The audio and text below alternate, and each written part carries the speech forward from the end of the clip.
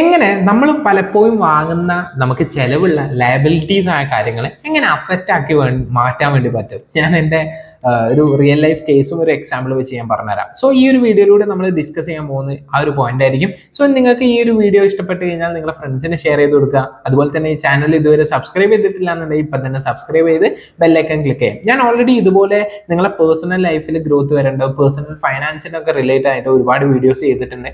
So personal ഫൈനാൻസിലേക്കുള്ള ഒരു first entry എന്നുള്ള രീതിയിലുള്ള ഒരു വീഡിയോ ചെയ്തിട്ടുണ്ട്. ഞാൻ എന്താക്കാം, ബെല്ലൈക്കണിൽ കൊടുക്കാം. അതുപോലെ തന്നെ നിങ്ങൾക്ക് അതിനെക്കുറിച്ച് ഡീറ്റെയിൽ അറിയാൻ വേണ്ടിയിട്ട് ഞാൻ ഒരുപാട് അപ്കമിങ് ഒരുപാട് വീഡിയോസ് കുറച്ച് റിസർച്ച് ചെയ്ത് ചെയ്യുന്നുണ്ട്. നിങ്ങൾക്ക് വേണമെന്നുണ്ടെങ്കിൽ ബെല്ലൈക്കൺ ക്ലിക്ക് ചെയ്ത് കഴിഞ്ഞാൽ നോട്ടിഫിക്കേഷൻ ആയിട്ട് കിട്ടും. സോ നമുക്ക് നേരെ വീഡിയോയിലോട്ട് പോകാം.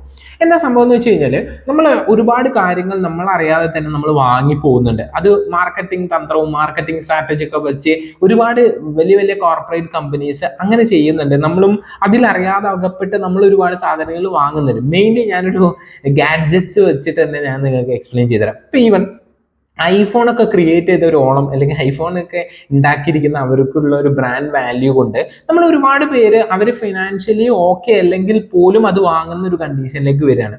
സോ അങ്ങനെ നിങ്ങൾ വാങ്ങുന്നതായിട്ട് മുന്നേ അത് ആക്ച്വലി നമ്മളെ ബ്രെയിനിൽ നമ്മൾ സഡൻ ആയിട്ട് നമ്മളൊരു ഇമോഷൻ ബേസ് ചെയ്തിട്ട് നമ്മളൊരു ഡിസിഷൻ എടുക്കുന്നതുകൊണ്ടാണ് ആക്ച്വലി അത് വർക്ക് ചെയ്യുന്നത്. അപ്പൊ ആ ഒരു സമയത്ത് അങ്ങനെ നിങ്ങൾ വാങ്ങിയ സാധനം എങ്ങനെ നിങ്ങൾ യൂസ് ചെയ്യുന്നു എന്നുള്ളതാണ് ആക്ച്വലി ഒരു സാധനം, ലയബിലിറ്റി ഒരു സാധനം എങ്ങനെ നമുക്കൊരു ഇതൊരു അസറ്റ് ആക്കി മാറ്റാൻ വേണ്ടി പറ്റും എന്നുള്ളത്. സോ ഞാനൊരു എക്സാമ്പിൾ വെച്ച് പറഞ്ഞുതരാം. ഇപ്പൊ എക്സാമ്പിൾ, നിങ്ങളൊരു ഫോൺ വാങ്ങിയെന്ന് വിചാരിക്കാം. ഇപ്പൊ ഐഫോൺ തന്നെ വാങ്ങിയെന്ന് വിചാരിക്കാം. ഐഫോൺ 17 Pro ഇറങ്ങിയ ഉടനെ തന്നെ നിങ്ങൾ വാങ്ങുന്നു.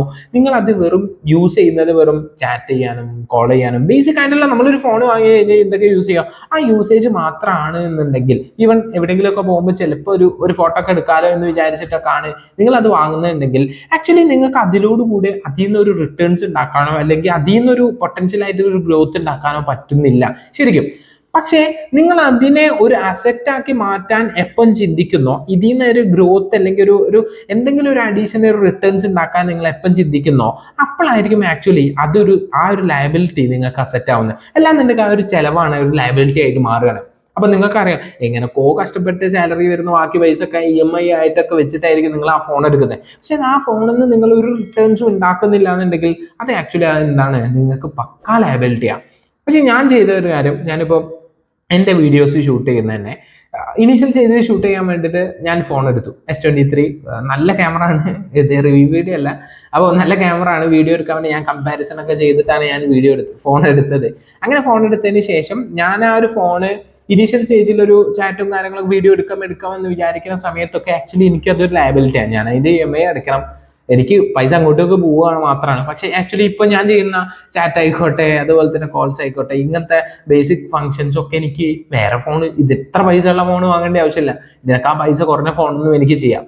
പക്ഷേ എൻ്റെ മെയിൻ ഫോക്കസ് എന്തായിരുന്നു വെച്ചാൽ ആ ഫോൺ എടുക്കുന്ന സമയത്ത് ആ ക്യാമറ യൂസ് ചെയ്തിട്ട് എനിക്ക് കോണ്ടന്റ് ക്രിയേഷൻ സ്റ്റാർട്ട് ചെയ്യണം, വീഡിയോസ് ഷൂട്ട് ചെയ്യണം. എനിക്ക് നല്ല ക്ലാരിറ്റി ഉള്ള വീഡിയോസ് എടുത്തു കഴിഞ്ഞാൽ കുറച്ചുകൂടി പെട്ടെന്ന് നല്ല പൊട്ടൻഷ്യൽ ആയിട്ടുള്ള കണ്ടന്റ് കൊടുക്കാൻ പറ്റണം എന്നൊക്കെയുള്ള രീതിയിൽ ഫോക്കസ് ചെയ്തിട്ടാണ് ഞാൻ ഫോൺ വാങ്ങിയത്. സോ ഞാൻ വാങ്ങിയ ഫോണ് ആക്ച്വലി ലയബിലിറ്റിയാണ്.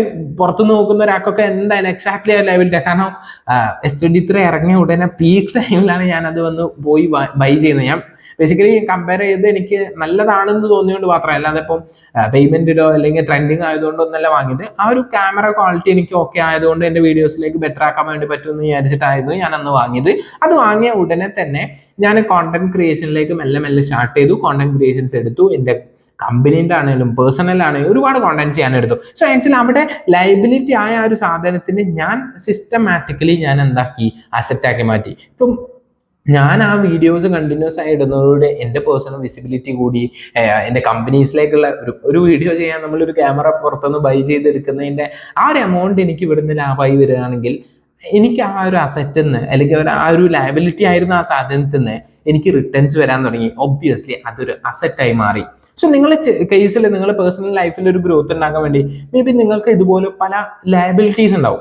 ആ ലയബിലിറ്റീസ് കട്ട് ഔട്ട് ചെയ്യണം, അല്ലെങ്കിൽ അതിനെ നിങ്ങൾ അസറ്റാക്കി മാറ്റാനുള്ള എന്തെങ്കിലും ഒരു വഴി കാണാം. ഇപ്പം ഇവർ നിങ്ങളൊരു ബൈക്ക് വാങ്ങി, ആ ബൈക്കിൽ നിന്ന് നിങ്ങൾക്ക് റിട്ടേൺസ് ഉണ്ടാക്കാൻ വേണ്ടി പറ്റണം. വെറുതെ ഒരു ഡ്രീം ബൈക്ക് എന്നുള്ള രീതിയിൽ വാങ്ങിയാൽ മേ ബി നിങ്ങൾക്ക് അഫോർഡ് ചെയ്യാൻ പറ്റും, ഈസിലി അഫോർഡബിൾ ആണെങ്കിൽ നമുക്ക് പോവാം. ഡ്രീമൊന്നും അച്ചീവ് ചെയ്യണ്ടെന്നോ അല്ലെങ്കിൽ എല്ലാ ഡ്രീമും എടുക്കുന്നോ ഒക്കെ അസറ്റാക്കി മാറ്റണമെന്നോ അല്ല ഞാൻ പറയുന്നത്.